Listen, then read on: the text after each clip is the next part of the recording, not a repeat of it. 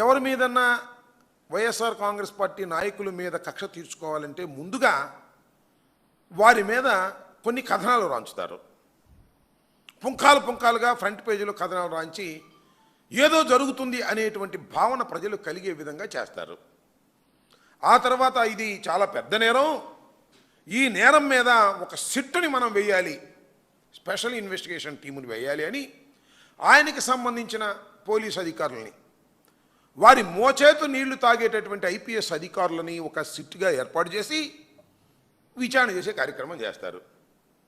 ఆ విచారణలో ఎవరో ఒకరిని పట్టుకొస్తారు, వాడిని బెదిరిస్తారు.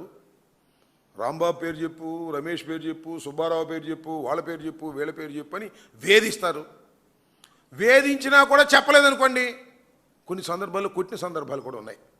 కొట్టి చెప్పించి కేసు పెట్టి వాళ్ళని లోపలేంచడం, వాళ్ళ మీద బురద తొలగించడం. This is the modus ఆపరండి. Chandrababu Naidu గారు అధికారంలోకి వచ్చిన దగ్గర నుంచి వైఎస్ఆర్ కాంగ్రెస్ పార్టీ మీద, వైఎస్ఆర్ కాంగ్రెస్ పార్టీ నాయకుల మీద చేస్తున్నటువంటి కార్యక్రమం. పోలీస్ వ్యవస్థను దుర్వినియోగం చేస్తారు, మీడియాని వాడుకుంటారు. ఇంతవరకు ఒక అంశం అయితే చివరికి దేవుణ్ణి సైతం, దేవాలయాలను సైతం తన స్వార్థ ప్రయోజనాలకు వాడుకొని రాజకీయం చేసేటటువంటి ఒక నీచమైన పరిస్థితికి నారా చంద్రబాబు నాయుడు గారు దిగజారిపోయారు. మీ అందరికీ తెలుసు, అతి పవిత్రమైనది, బహుశా భారతదేశంలోనే కాదు ప్రపంచంలోనే హిందువులకు అతి విశిష్టమైనటువంటి దేవాలయం, అతి పవిత్రమైనటువంటి దేవాలయం శ్రీ శ్రీ శ్రీ శ్రీ వెంకటేశ్వర స్వామి దేవాలయం, తిరుమల తిరుపతి దేవస్థానం. వాస్తవానికి అది మన ఆంధ్రప్రదేశ్లో ఉండటం తెలుగు ప్రజల అదృష్టంగా భావించాలి. అది భగవంతుడు ఇచ్చ ప్రకారమే మన రాష్ట్రంలో ఉందని చాలామంది భావిస్తారు.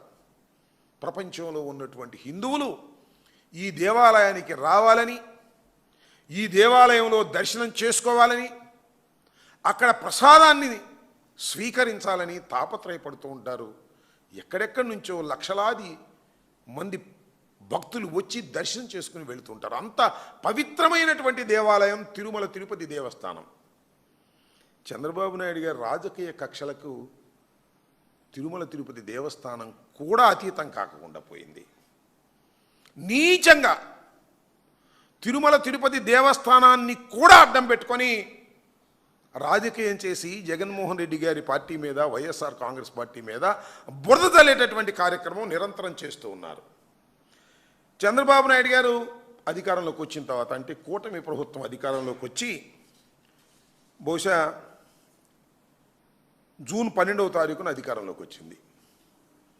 12వ తారీఖున అధికారంలోకి వస్తే మొదటిగా సీనియర్ ఐఏఎస్ అధికారి అయినటువంటి శ్యామలరావు గారిని ఆ పవిత్రమైనటువంటి దేవాలయానికి ఈవోగా వేశారు. వారు వెళ్ళారు. Is a senior most IAS officer, మంచి ట్రాక్ రికార్డు ఉన్నటువంటి వ్యక్తి. ఆయన ఏదైతే తిరుపతి లడ్డూ ప్రసాదం, చాలా ప్రసిద్ధి చెందినటువంటి లడ్డూ ప్రసాదం, నేతితో తయారు చేసే లడ్డూ ప్రసాదం, ఆ నేతిని వాడేటటువంటి క్రమం కూడా ఒకటి ఉంది. ఎప్పటి నుంచో ఎస్టాబ్లిష్ అయిపోయినటువంటి క్రమం అది. కాంట్రాక్టర్ దగ్గర నుంచి నెయ్యి వస్తుంది, ఆ నెయ్యిని చెక్ చేస్తారు. ఆ నెయ్యిని చెక్ చేయడంతో పాటుగా ల్యాబ్కు పంపుతారు. అనుమానం వస్తే ల్యాబ్లో మళ్ళా చేస్తారు. ఏమాత్రం అనుమానం ఉన్నా, సందేహం ఉన్నా ఆ నెయ్యి ట్యాంకర్లను తిప్పి పంపించేస్తారు. కొండ మీద కూడా చేరవు.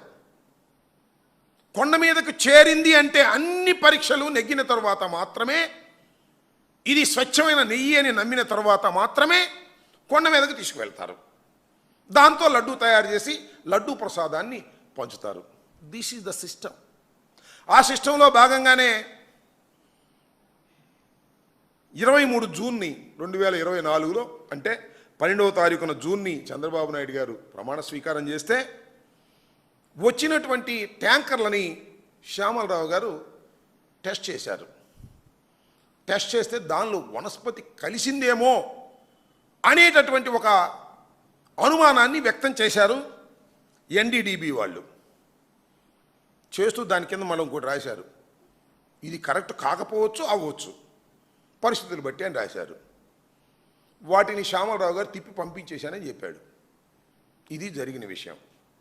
చంద్రబాబు నాయుడు గారు అంటారు, సెప్టెంబర్ 18న ఆ నేతిని వాడారు, దానిలో జంతువుల కొవ్వు ఉంది, దానిలో పంది కొవ్వు ఉంది, దానిలో పశువు కొవ్వు ఉంది, ఆ నెయ్యిని వాడేశారు. ఇది ఇప్పుడు చంద్రబాబు నాయుడు గారు ముఖ్యమంత్రిగా ప్రమాణ స్వీకారం చేసిన తర్వాత, చంద్రబాబు నాయుడు గారు నియమించినటువంటి ఈఓ గారు అక్కడికి వచ్చిన తర్వాత ఆ నెయ్యిని వాడేశారు, ప్రసాదంలో పెట్టేశారు, భక్తులు తినేశారు అని మాట్లాడండి.